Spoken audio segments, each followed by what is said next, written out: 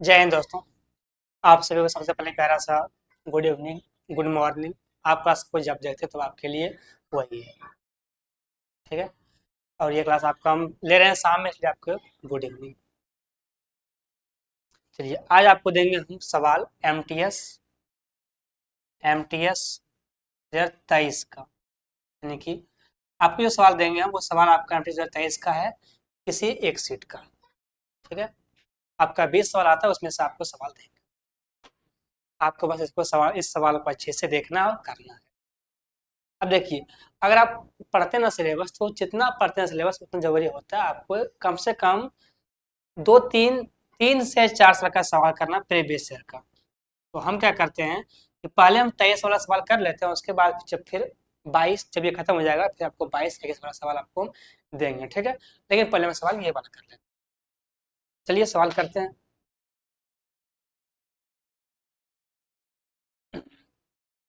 आपके सामने सवाल रहेगा। अगर आपको आंसर आता है तो अच्छी बात है, और नहीं आता है तो सीखना है। अगर सवाल बनता है तो बहुत अच्छी बात, नहीं बनता है तो भाई सीख लेना है बिल्कुल। ठीक है। चलिए, सवाल क्या है पहला आपका? बस रुकिएगा 1 मिनट।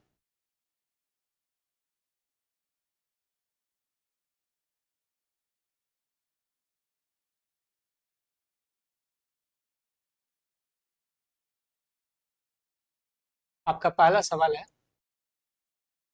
कि निम्नलिखित में से कितनी संख्या 132 से विभाज्य है।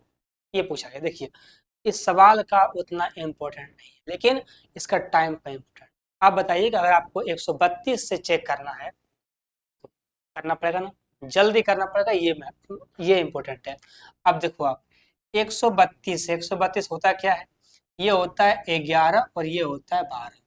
जब गुना करोगे ना, 11 गुना 12 कितना हो जाएगा आपका? 132। आपको चेक करना है 11 से, क्यों? क्योंकि ये 12 में 3 और 4 जो है दोनों कॉमन है। ठीक है। तो इससे चेक मारिए, इससे फंस जाओगे। पर ये जो 11 है, ये किसी का नहीं है, ये सिर्फ अपना अकेला है। तो जो नंबर कटेगा 11 से, वो नंबर 132 से कट जाएगा। ठीक है। आया कितना है संख्या जो कि कटता है 132 से? हम चेक करते हैं 11 से, जो कटेगा वही नंबर हो जाएगा।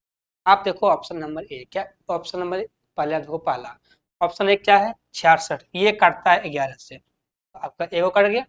ऑप्शन नंबर बी कितना है? 75 4। आप दो भाग से 111 से जाएगा 6 बार में, बचेगा 9 4 54, नहीं कटता है। फिर देखो कितना है? 924, ये कटता है 11 से। 8 बार में 88, 44, ये कटता है 11 से। आपका दो कट गया। ऑप्शन नंबर सी देखो, ये आपका कटेगा, एक बार में जाएगा 11, बचेगा 3 5 35, 3 बार में, फिर जाएगा ये 2 बार में, ये कट गया आपका एगो और। आपका तीनों कट गया। अभी और बाकी वो चेक करो आप।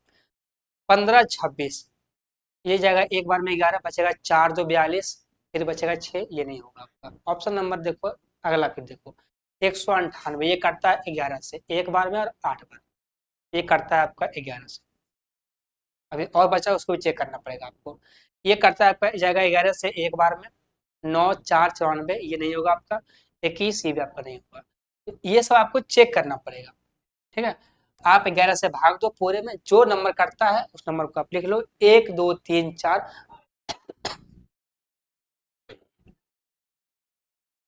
आपका 4 नंबर जो है वो कट रहा है किस? 11 से। तो आपका कौन सा आंसर है? आंसर नंबर बी होगा आपका 4।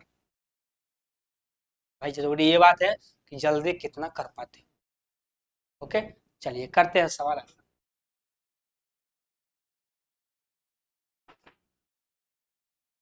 आपको सिखाएंगे हम शॉर्ट मेथड, और अगर आपको पसंद आए तो कम से कम लाइक सब्सक्राइब ये करना पड़ेगा आपको। ये करना ही होगा आपको, क्योंकि आपको पसंद आ गया। चलिए सवाल क्या है आपका अगला? कि प्रतिमा और दीक्षा टाइपिंग कार्य को क्रमशः 10 घंटे और 15 घंटे में अलग अलग पूरा कर सकती है। 4 घंटे अकेले टाइप करने के बाद प्रतिमा काम छोड़ देती है। दीक्षा शेष का टाइपिंग कार्य को कब पूरा कर पाएगी, ये पूछा गया। ये सभी सवाल आपका पूछा गया है 23 में, हमने सब बनाए हैं। ठीक है। ये सब सवाल है, बस हम इसमें लिखना भूल गए। ऐसे हम लिख देते हैं, ये सवाल आपका MTS 23 का है। ठीक है। ये आपको हम लिख देते हैं, पर हम लिखना भूल गए, नहीं लिख पाए। ठीक है। कोई बात नहीं है, सवाल आपका 23 का ही है। ऐसा बात हो जाए कि सवाल बनाया गया है, सवाल कौन बनाता है? किसी के पास इतना हिम्मत है कि वो सवाल खुद बनाएगा? ठीक है, चलिए सवाल है आपका, प्रतिमा है और दीक्षा है। प्रतिमा है और दीक्षा है, ये काम करती है, एक प्रतिमा करती है 10 दिन में, ये करती है 15 दिन में, ये 10 दिन में और ये 15 दिन में। ये क्या होगा आपका? ये होगा आपका टोटल वर्क। यहाँ से कितना कैल्शियम आएगा? 3। ये जाएगा 3 बार में, ये होगा आपका 2 बार, सॉरी 30 होगा। अब कहा गया है कि 4 दिन अकेले काम करने के बाद प्रतिमा काम छोड़ती है। कौन काम छोड़ती है? प्रतिमा छोड़ती है ना। प्रतिमा अगर 4 दिन अकेले काम करेगी अपना 3 क्षमता के साथ, तो कितना काम कर लेगी? 12 काम कर लेगी। 12 काम कर लेगी। कितना काम बचा है? काम बचा है अभी इसका 18। 18 काम बचा हुआ। ये काम कौन करेगा? ये काम करेगा दीक्षा अपना 2 क्षमता के साथ 9 दिन में। कितना आ गया? 9 डे। ये सवाल बहुत ही निहायत घटिया सवाल है और सवाल बहुत ही, ठीक है, पर आपका सामने पेपर में सवाल ऐसा भी होता है भाई, क्या करोगे? सवाल आपका अगर एमटीएस का है, थोड़ा सा इसका नॉर्मल होगा।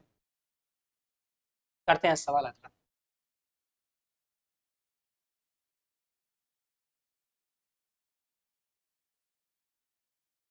हम फटाफट सवाल खींचते हैं, क्लास लंबा नहीं होनी चाहिए, ठीक है। चलिए, सवाल क्या है अगला आपका कि 5 सेंटीमीटर त्रिज्या और 60 डिग्री कोण वाले एक वृत्त के त्रिज्या खंड का क्षेत्रफल बताओ तो क्या होगा? निकालना है आपको एरिया। अगर निकालना है त्रिज्या खंड का क्षेत्रफल, उसका फॉर्मूला होता है, फॉर्मूला क्या होता है? फॉर्मूला होता है एरिया बराबर पाई पाई आर स्क्वायर गुना में थीटा बटे 360 डिग्री। ये होता है एरिया किसका? त्रिज्या खंड का। अब त्रिज्या खंड होता क्या है? जब आप एक वृत्त बनाओगे तो वृत्त में से जब आप इतना दूर काट लेते हो ना कहीं भी, इसे बोलते हैं त्रिज्या खंड, ये वाला भाग, ठीक है, ये होता है आपका। चलो हमको याद रखना है फॉर्मूला, उससे बनाना। पाई का मान कितना होता है? 22/7। ये तो कॉमन बात है ना, ये कौन सा बड़ी बात है? आर कितना होता है? आर तो आपका दिया गया है कितना? 5। क्या होगा? 5/2 का स्क्वायर 25/4 गुना में क्या होगा? ये थीटा है, देखो लिखा गया कितना? 60 डिग्री। ये आपका होगा 60 डिग्री बटे में क्या होगा आपका? 360, ये आपका होगा। अब देखो इससे ये कटेगा, इससे कटेगा 6 बार में, कुछ कटेगा, ये कटेगा आपका 11 बार में, ये कटेगा आपका 3 बार में। अब तो कुछ कटने वाला है नहीं। अब क्या करो आप? पूरे को गुणा करके आराम से कर दो आप, ठीक है। चलिए करते हैं, ठीक है ना। 5 का स्क्वायर पाई आर स्क्वायर 60/, ठीक है। ये होगा आपका 11×5 = 55, 11×2 = 22 और 5 कितना होता है? 27, 275 बटे में ये कितना होगा? 4×3 = 12, सॉरी त्रिज्या 5 और ये 4 नहीं होगा, हमको लगा कि ये व्यास है, ठीक है, हमको लगा ये व्यास है, त्रिज्या ये 5 बटे में कितना होगा? सत्तिया आपका ये वाला सत्तिया 21। अब भाग दो, आपकी जाएगा 21 से जाएगा 1 बार में, कितना बचा? 6×5 = 65 जाएगा 3 बार में 63, तो 13 के बाद पॉइंट में आएगा। आप देखो पूरे ऑप्शन में, ऑप्शन नंबर किस में? 13 है, बी नंबर में, उसी को मारना, इससे इसके अलावा कुछ मत करना, ठीक है, कुछ मत कीजिएगा। और ये जो आपका सवाल है, ये जो है ना फॉर्मूला, इसको तो कभी लिखना ही नहीं। इसको कहना है कि तुम दिमाग में रहो, वहीं पर रहो, ठीक है। ऑप्शन नंबर बी होगा आपका। चलिए करेंगे सवाल अगला।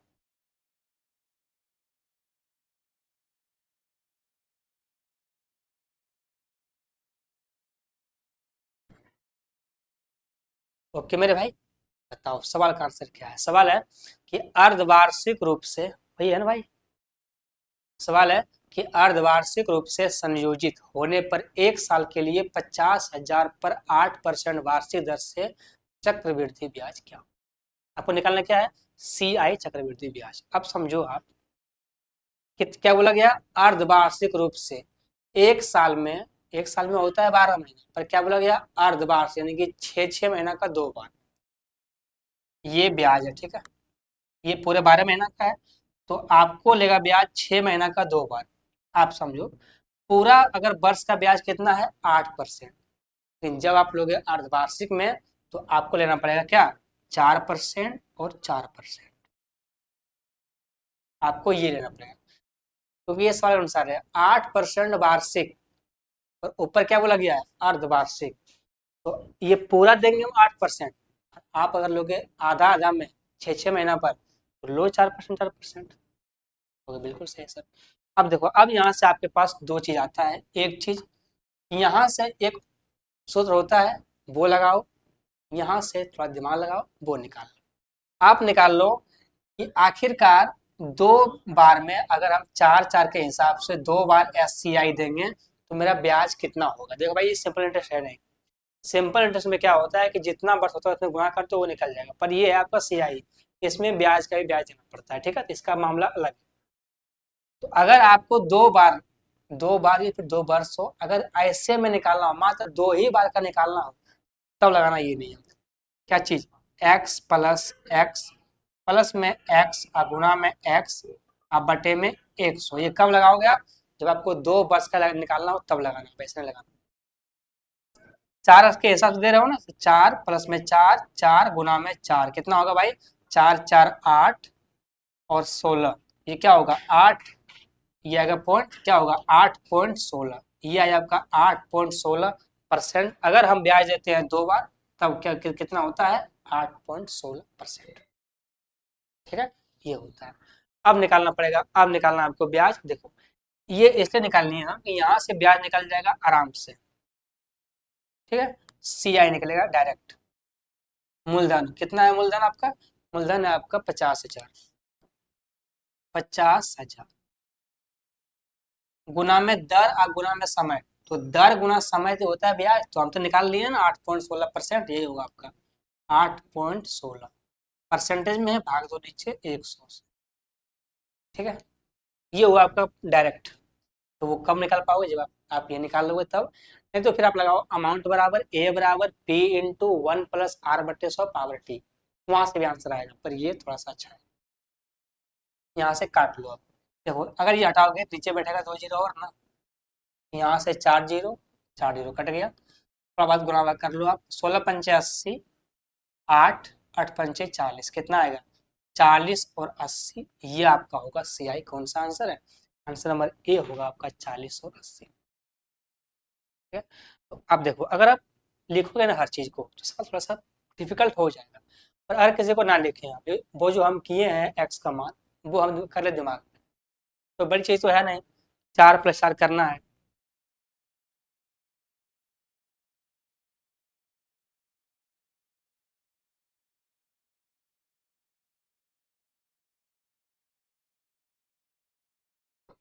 ओके, वही तो करना है हमको।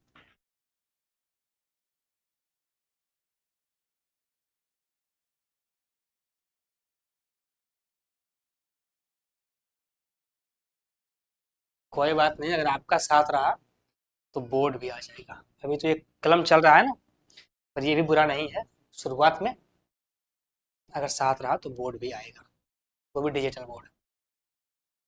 चलिए, बस आपका साथ चाहिए। सवाल करते हैं अगले।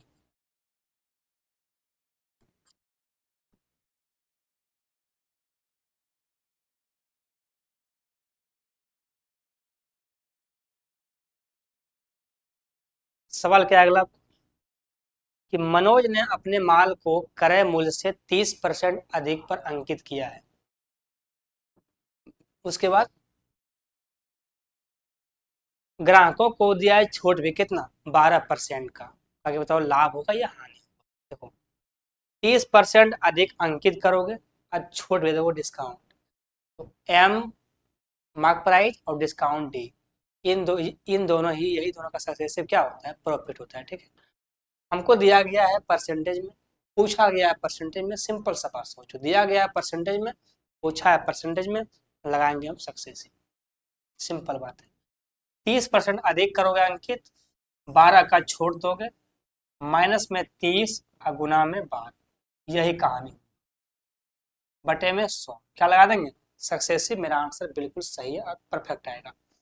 ये कितना होगा आपका 18, और ये कितना होगा 36, तो 3.6 माइनस में 3.6, कितना बचेगा मेरे भाई?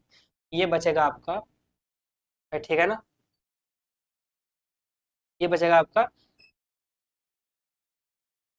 4 और 14, 14.4%। कौन सा आंसर है?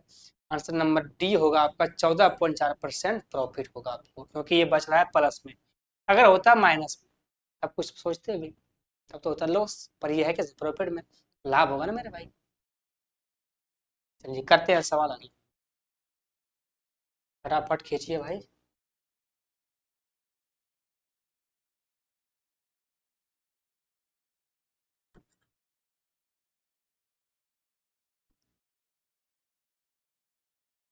सवाल क्या है आपका कि यदि एक शंकु की ऊंचाई क्रमशः तिर्यक ऊंचाई 21, सॉरी ऊंचाई और तिर्यक ऊंचाई कितना है 21 और 29, आगे बताओ इसका आयतन क्या होगा? आपको आयतन निकालना है। अब आयतन होता क्या है?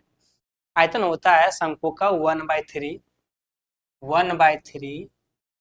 पाई आर स्क्वायर एच। अब आप देखो गौर से, एच तो आपको दिया गया, ऊंचाई दिया गया कितना 21, पर ये आर नहीं दिया गया है आपको, जो वो है ना सलांट हाइट, ये आपका एल है, ये आपको इसको एल से बोलते हैं, तो ये आपका एल है, यानी कि आपको एल दिया गया है और एच दिया गया है, आपको निकालना है आर। कैसे निकलता है मेरे भाई? कैसे निकलता है? अगर एल का मान दिया हो, एच निकालना हो, आर निकालना हो, पहले आप ये समझो कि आखिर ये होता क्या, सही है ना? आखिर ये होता क्या है? देखो, जब बनाओगे आप एक शंकु, तो इस शंकु में ये आपका रेडियस होगा, ये वाला, ये आपका हुआ रेडियस, ये आपका हुआ हाइट, और ये हुआ आपका तिर्यक ऊंचाई स्लांट हाइट। ठीक है, ये आपका उल्टा वही है ना? ठीक है, ये आपका हुआ ये वाला। ठीक है, ये हुआ, ये ऊंचाई बोलते हैं तिर्यक, इसमें दो ऊंचाई है, एक ये ऊंचाई एक ये ऊंचाई। अब अगर आप ये देखो, ये क्या बना एक समकोण त्रिभुज, यहाँ से क्या बनता है फॉर्मूला, एल बराबर बनता है under root H square minus में, सॉरी प्लस में आर स्क्वायर। तो अगर ये मान निकालना हो एल का, तब अब निकालना है मान अगर आर का, तब क्या बनेगा आपका? तब बनेगा एल स्क्वायर और माइनस में बनेगा आपका ये वाला एच स्क्वायर बटे में आर, पाइथागोरस से। ठीक है, चलिए यही यूज करेंगे हम।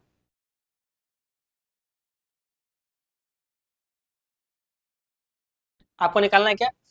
आपको निकालना है आर। पहले तो आप ये देखो, सबसे पहले कि अगर 21 और 29 है, सबसे पहले आपको 20, 21 और 29 याद रखना होगा कि ये ट्रिपलेट है।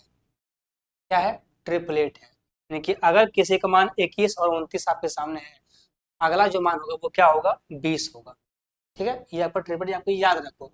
अगर याद नहीं है तो भाई 29 का स्क्वायर होता है 841, 21 का स्क्वायर होता है 441, घटाओगे कितना बचेगा? 400, और 400 का वर्गमूल क्या होता है? 20, तो आपके सामने 20 आ गया ना, तो आप याद रखो, सवाल बन जाएगा आपका। चलिए, यहाँ से आपका त्रिज्या कितना आ गया? 20, बस मान बिठा दो आप इसमें। 1/3 पाई का मान क्या होता है? 22/7। त्रिज्या आपका है 20, अब 20, ऊंचाई कितना है आपका? 21 है ना, ऊंचाई आपका 21 है, एच आपका। यहाँ से कटेगा 27, 21 से 21 कट जाएगा, ये कितना आएगा आपका? 2 दूना 4, और 4 गुना 22 कितना होता है? 88 पर 2 जीरो, कितना आएगा? 8800। आप इसको मतलब लेकर मत चलना कि 20 गुना 20 400, वैसे मत सोचो, आप ये सोचो कि 2 दूना 4 और 4 गुना 22 कितना होता है? 88, और इस पर 2 जीरो, ये तो रहेगा ना, ये कहाँ जाएगा? ये तो उसके पास मौजूद है, तो बिठा देंगे। कौन सा आंसर है? आंसर नंबर ए होगा आपका 88। करते हैं सवाल अगला।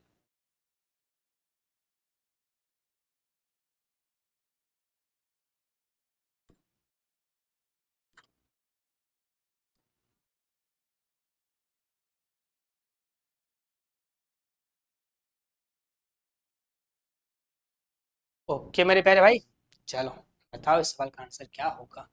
सवाल है कि किसी वर्ग का परिमाप 7 सेंटीमीटर त्रिज्या वाले वृत्त की परिधि के बराबर है, वृत्त का एरिया और वर्ग का एरिया के अनुपात क्या होगा, ये पूछ रही है आपसे।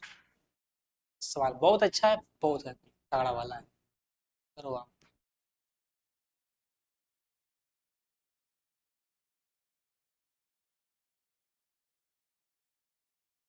मेरे भाई, मैं कुछ नहीं कर रहा हूँ, मेरा क्वेश्चन सिर्फ है। आप टेंशन मत लो मेरे भाई।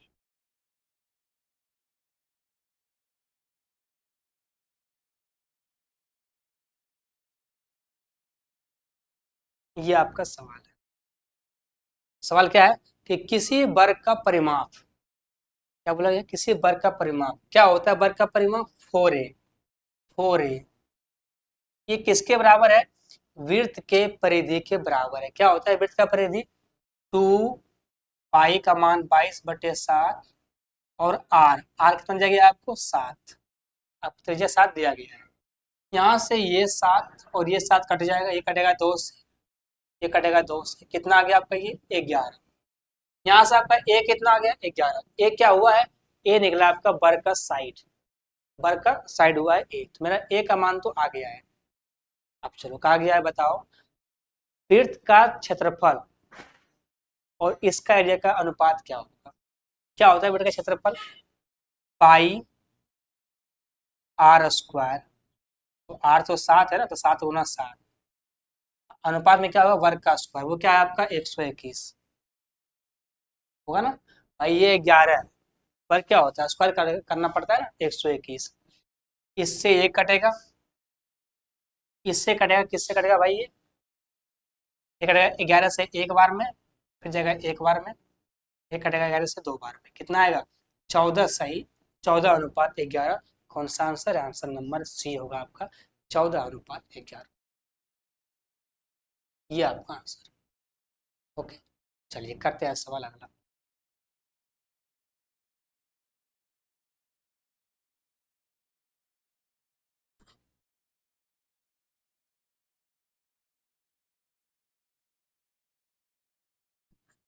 इसमें देखो आपका 3 सवाल है, किससे? 2D मेंसुरेशन से 3 सवाल है। सोचो, ये सवाल लगातार आपका 3 सवाल था मेंसुरेशन से, वो 2D से। सवाल है कि 17 सही 9/11 सेंटीमीटर स्क्वायर क्षेत्रफल वाले वर्ग के भीतर निर्मित अंत वृत्त का क्षेत्रफल क्या होगा, ये पूछा गया। आप समझो, क्या बोला गया? वर्ग का क्षेत्रफल, वर्ग क्या होता है? ए स्क्वायर, बराबर कितना दिया गया है? 17 सही 11/2 9। क्या होगा आपका? ये आपका गुना करो, ये होगा आपका 77 और 11 से कितना? 18। 187 प्लस में 9 कितना होता है भाई? 196। ये क्या होगा आपका? 196/11 बटे में 11। ये क्या मान है? ये मान है स्क्वायर, ये मान आपका एरिया का। यहाँ से आपका ए कितना है, इसको हटाओ, यहाँ रूट चढ़ाओ, यहाँ से आपका ए क्या निकलेगा? अंड, ये तो आपका 14 हो जाएगा, और ये इसका क्या होगा? कुछ नहीं हो सकता है, ये आपका यही रहेगा। आ गया है, तो बताओ क्या होगा अंत वृत्त का क्षेत्रफल जिसमें वृत्त बना हुआ है? आप समझो कि अगर आपके सामने के एक वृत्त बनाते हैं, ये वृत्त बनाते हैं, ठीक है, सॉरी ये वृत्त बोले हैं, ये एक वर्ग बनाते हैं, तो वर्ग में आपको लेना है, अंदर से ही लेना है एक, क्या, एक लेना है आपको वृत्त, ठीक है। ये वृत्त तो आपका बनाना है, पर आप समझिएगा कि हम एक अंदर से ही वृत्त लिए हैं, अंदर से एक वृत्त लिए हैं, ठीक है। क्या लिए हैं? वृत्त लिए हैं, जो कि यहाँ पर ये है, इसमें मौजूद है। आप समझो, ये है वर्ग का भुजा और ये है वृत्त का व्यास, है ना। ये वर्ग का भुजा और ये वृत्त का व्यास है। आप देखो गौर से, तो वर्ग का भुजा का जो जितना होगा उतना ही होगा वृत्त का व्यास भी। आप समझे, जितना लंबाई वर्ग का भुजा है उतना ही लंबाई क्या है? वृत्त का व्यास। इसका मतलब क्या है कि वर्ग का भुजा और वृत्त का व्यास दोनों इक्वल है, बराबर है, यही है। यानी कि जो वर्ग का भुजा है वही वर्ग का डी है, और वर्ग का भुजा है कितना?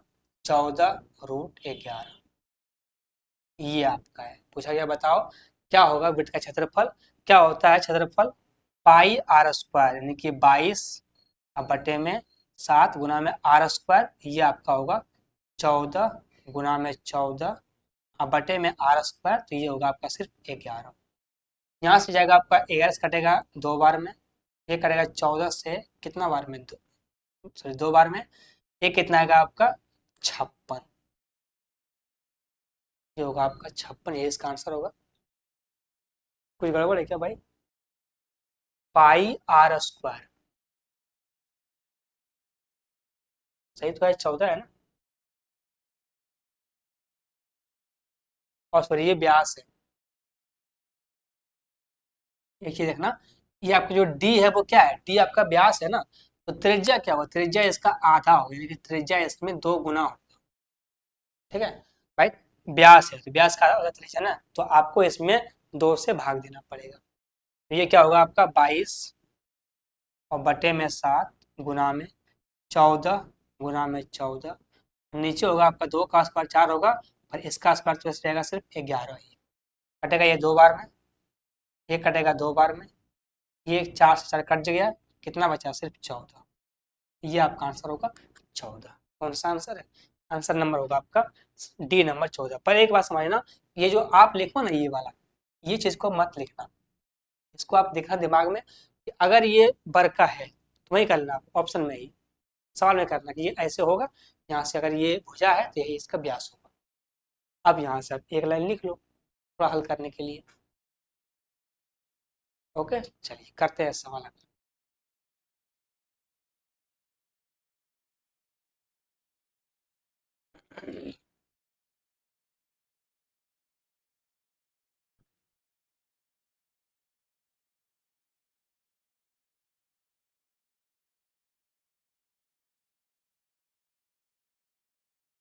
सवाल है आपका, यदि एक समकोण त्रिभुज का एक कोण 35 डिग्री का है तो बताओ अन्य कोण ज्ञात करना। अन्य कोण क्या हो, पहले क्या बोला गया है कि एक समकोण त्रिभुज है, बनाओ आप समकोण त्रिभुज। समकोण क्या होता है,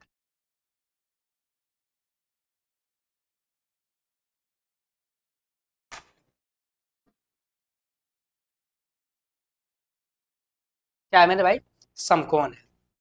अगर ये समकोण बोला गया है तो इसका एक एंगल कितना का होगा, 90 डिग्री का।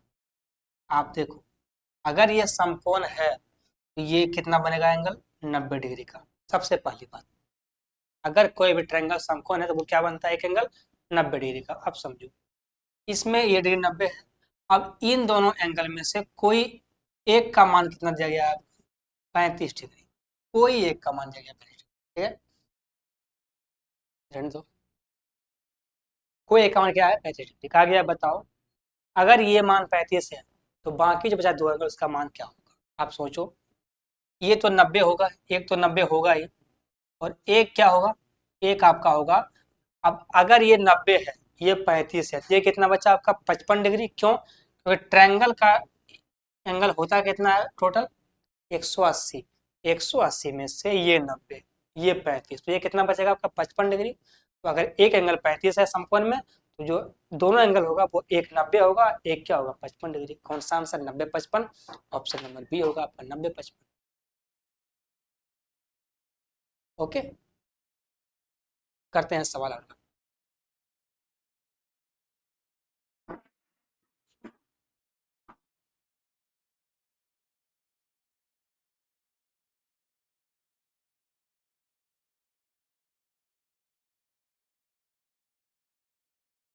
सवाल है कि बताओ इसका मान क्या होगा। सवाल सिंपल सा है, सवाल है 1 स्क्वायर माइनस में 1 का स्क्वायर माइनस में m का स्क्वायर बटे में 1 + m का होल स्क्वायर। इन दोनों में बहुत अंतर है भाई, इन दोनों में बहुत अंतर है। ये मामला अलग है, ये मामला अलग है। ये होल स्क्वायर है, ये सिर्फ स्क्वायर है। अब देखो इसको लिखो आप दो भाग में तोड़ के, इसको लिखो आप एक 1 + m, और इसको लिखो 1 - m। दो भाग में लिखो, ठीक है, बटे में, इसको भी आप तोड़ दो 2 बार में। ये स्क्वायर है, होल स्क्वायर है, एक होगा 1 + m, और एक क्या होगा 1 + m। दोनों प्लस में होगा तो ये होल स्क्वायर है, ये होल स्क्वायर है। अगर ये भी होता होल स्क्वायर तब तो दोनों माइनस में, पर ये नहीं है। आपके समझ सूत्र क्या बनता है, ए स्क्वायर माइनस का बी स्क्वायर बराबर क्या होता है, ए प्लस बी, और ए माइनस बी, ये बनता है आपके सामने सूत्र थी। इसी पर तो ये वाला पुट है। चलिए यहाँ से आप देखो, एक प्लस वाला और ये वाला कट गया, क्या बचा 1 - m बटे में 1 + m। कौन सा आंसर है, आंसर नंबर ए होगा आपका 1 - m बटे में 1 + m। तो इतना तो सोचना पड़ेगा। चलिए करते हैं सवाल अगला।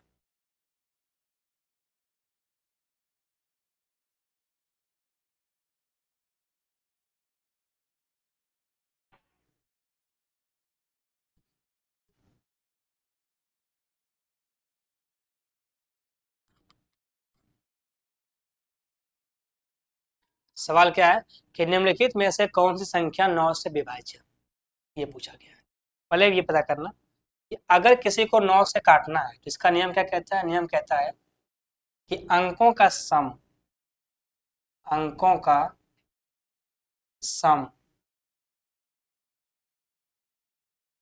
9 से 9 से विभाज्य होना चाहिए। विभाज्य होना चाहिए। सिंपल सवाल है ये। यानी कि जो भी नंबर लिखा हुआ है आपके सामने लंबे चौड़े में, उसमें साफ है कि जो 9 कहता है कि अगर हमसे काटना है तो जो नंबर लिखा हुआ है ना, उसको जोड़ लो। अगर वो पूरे नंबर जोड़ने से कट जाता है तो हम भी कट जाएंगे, ये बोला गया। ठीक है, तो ये यहाँ से नहीं बनेगा, ये यहाँ से बनेगा। देख तो देख, ऑप्शन नंबर ए देखो क्या है। जोड़ो आप, 8 3 11, 6 कितना होता है 17, 1 कितना होता है 18। 18 कटता है। ऑप्शन नंबर ए क्या हुआ, 18 आपका जो है वो कट रहा है 9 से। ऑप्शन नंबर ए हो गया है, ये आपका आंसर आ गया। क्योंकि अगर ऑप्शन में 4 है, एक सही है तो वो एक ही सही होगा, बाकी बस सब गलत है। फिर भी आप चेक कर लो।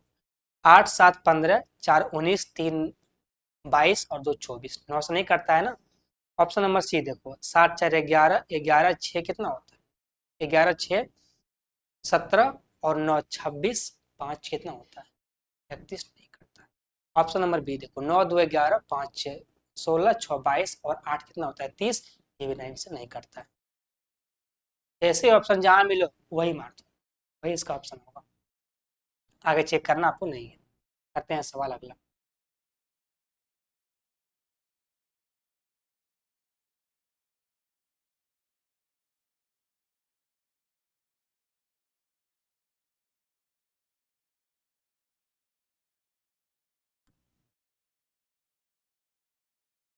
सवाल क्या है आपका कि 50 दर्जन केले का मूल्य कितना है 2400 रुपया, और प्रति केले के परिवहन लागत कितना है 0.25 रुपया। कहा गया है कि एक जोड़ी केले का विक्रय मूल्य 10 रुपया है, तो लाभ क्या होगा ये निकालना है आपको एक स्थान तक। करो आप समझो कि वो खरीदता है केला कितना 50 दर्जन, कितना में 2400 रुपया में। 2400 रुपया में खरीदता है 50 दर्जन केला, और केला है कितना 50 दर्जन। 50 दर्जन, एक में कितना होता है एक दर्जन में 12 केला। गुना कर दो 12 से, क्या हो जाएगा 12 पंचे 60, कितना हो गया ये हो गया आपका 600 केला। आप निकालो एक केला का दाम। क्यों? क्योंकि ये जो पूछा दिया गया आपको, वो कहा गया कि एक जोड़ी केला। अब एक जोड़ी में होता कितना है 2 केला। ठीक है, आपको निकालना पड़ेगा एक केला के दाम। यहाँ से भाग दो आप, कितना आएगा ये आपका 6 से 4 बार में, ये कटा आपका 4 बार, ये आपका 4 निकला है क्या एक केला का दाम। ठीक है, अब देखो आप इसका सीपी क्या होगा, ये सीपी क्या होगा 4, पर क्या 4 होगा, नहीं होगा 4। कहा गया है कि एक केला अगर हम लाते हैं ना मार्केट से, तो उसका पैसा पड़ता है वो परिवहन खर्च कितना, जब लाने जो लगता है पैसा वो 0.25। तो वो पैसा अब आपको ही भरना पड़ेगा, वो कोई नहीं भरेगा, इसको भी आपको ऐड करना पड़ेगा 0.25। ये कितना हो जाएगा, ये होगा 4.25। 4.25, 4.25, ये हुआ आपका सीपी। एक केला का दाम हुआ क्रय मूल्य 4.25 पैसा। ठीक है, आप समझो आप कितना में बेच रहे हो, आप बेच रहे हो एसपी कितना में बेच रहे हो 10, यानी कि आप 2 केला बेच रहे हो 10 रुपया। यहाँ से अगर एक केला का दाम है 4.25, यहाँ से 2 केला का दाम कितना होगा 8.5 रुपया, 8.50, यही होगा ना।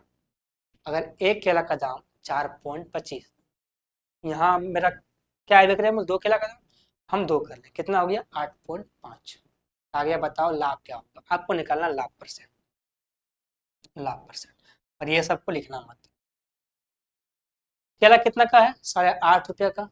कितना में बेच रहे हो आप? 10 रुपये में। कितना लाभ कमाते हो? 1.5 रुपया का लाभ कमा रहे हो। 1.5 रुपया का 1.5। किस पर लाभ कमाते हो? इस पर, सीपी पर 8.5। निकालना है परसेंट, गुना करो 100 से, लगाओ 7%। इसको मत लिखना, इसको मत लिखना, ठीक है। चलो, इससे ये कट जाएगा, जाएगा इससे कितना बार में? 17 बार में। ये जाएगा 3 बार में। कितना हुआ? ऊपर हुआ 300/17। अब देखो 300/17। अब अगर भाग देते हैं हम 17 से तो 289, तो वहां पहुंचेगा ना। जब भाग दोगे आप 17 से 300 में, भाग दो, देखो भाई 300/17 है। ये जाएगा आपका एक बार में, बचेगा 13 जीरो। जाएगा आपका ये 7 बार में 19, 119। ये 17 पॉइंट कुछ कुछ आएगा। हमको देखना है कौन सा ऑप्शन में 17 है, उसी को मार देना है। ऑप्शन नंबर कौन सा है? ए नंबर है 17, इसी को मारना है। अगर ऑप्शन में और भी होता 17 तो फिर आपको पूरा हल करना पड़ता, पर है तो नहीं ना, नहीं है तो छोड़ देंगे, लेकिन अगर होता तब फिर करना पड़ता। ठीक है, तो भाई ये आपका था लास्ट सवाल। ठीक है, और जितना सवाल को बताएं वो सवाल बहुत है, ये बेस्ट है, और सब सवाल का पूछा गया है MTS 23 में। ठीक है, तो चलिए मिलते हैं हम फिर, तब तक के लिए बाय।